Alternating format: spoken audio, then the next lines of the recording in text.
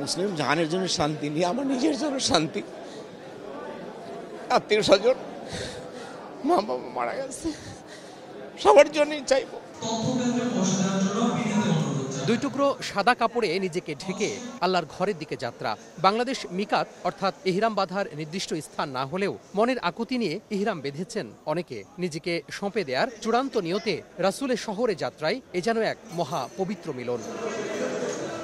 রাজধানীর আশকোনা হজ ক্যাম্পে প্রথম দিনেই তসবিহ হাতে কেউ করছেন ইবাদত, কেউ আবার মুয়াল্লিমের অধীনে হজের টুকিটাকি বিষয়াদি রপ্ত করছেন। হজের প্রথম দিনের যাত্রী হতে পেরে নিজেকে সৌভাগ্যবান মনে করছেন অনেকে। এক জীবনে স্বপ্ন দেখা হজে যাওয়ার এ যাত্রা সফল হওয়ার জন্য দোয়া চান সৃষ্টিকর্তার কাছে। মুসলিম জাহানের জন্য শান্তি নিয়ে আমার নিজের জন্য শান্তি। আত্মীয় স্বজন, মা বাবা মারা গেছে, সবার জন্যই চাইবো। আল্লাহর ঘরে যাওয়া এটা যে কত বড় একটা নিয়ামত সেটা আমি বলে বোঝাতে পারবো না। মক্কা মদিনা আজকে যাওয়ার সুযোগ হয়েছে, তা আমি চাই যাব, বাংলাদেশের জন্য দোয়া করব। 1, 2, 3 ঢাকায় জমি জিতে নিন 100% ক্যাশব্যাক সহ 20 কোটি টাকার পুরস্কার। 419 জন হজযাত্রী নিয়ে বৃহস্পতিবার সকাল 7:20 হযরত শাহজালাল আন্তর্জাতিক বিমানবন্দর থেকে জেদ্দার উদ্দেশ্যে ছেড়ে যায় বাংলাদেশ বিমানের প্রথম ফ্লাইট।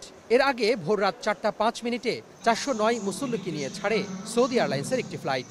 প্রথম ফ্লাইটের উদ্বোধন উপলক্ষে আয়োজিত অনুষ্ঠানে ধর্ম প্রতিমন্ত্রী হজযাত্রীদের কোনো সমস্যা যেন না হয় তা দেখভালে নির্দেশনা দেন। অনেকেই আছে যারা জীবনে প্রথমবার বিমানে চড়ছেন, তাদেরকে সর্বোত্তমভাবে সাহায্য করতে হবে। কোনোভাবেই বিমান যাতায়াতের সময় সম্মানিত হজযাত্রীগণ কোনোরূপ অসহায়ত্ব বোধ না করে কিংবা অস্বস্তিতে না ভেঙে পড়ে সেদিক কিন্তু দৃষ্টি রাখতে হবে। যারা তিল তিল করে জমানো সঞ্চয় দিয়ে হজ করে থাকেন, তাদের আবেগ অনুভূতিকে সম্মান দেখাতে হবে।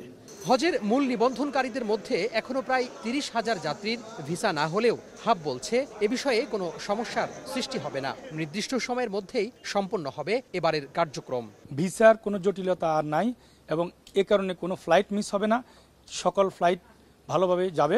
আগামী 10 জুন সবশেষ হজ ফ্লাইট দেশ ছাড়বে। এবছর বাংলাদেশ থেকে 85,257 জন মুসল্লির হজে যাওয়ার কথা রয়েছে।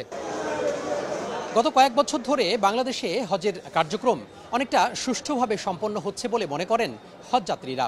তবে হাজার হাজার মানুষের এই গণজমায়েতে কিছুটা চ্যালেঞ্জ থাকলেও সংশ্লিষ্ট দপ্তরগুলো বলছে সেটি মোকাবেলা করেই এবারের এই মহাসম্মেলন সফল করতে চান তারা।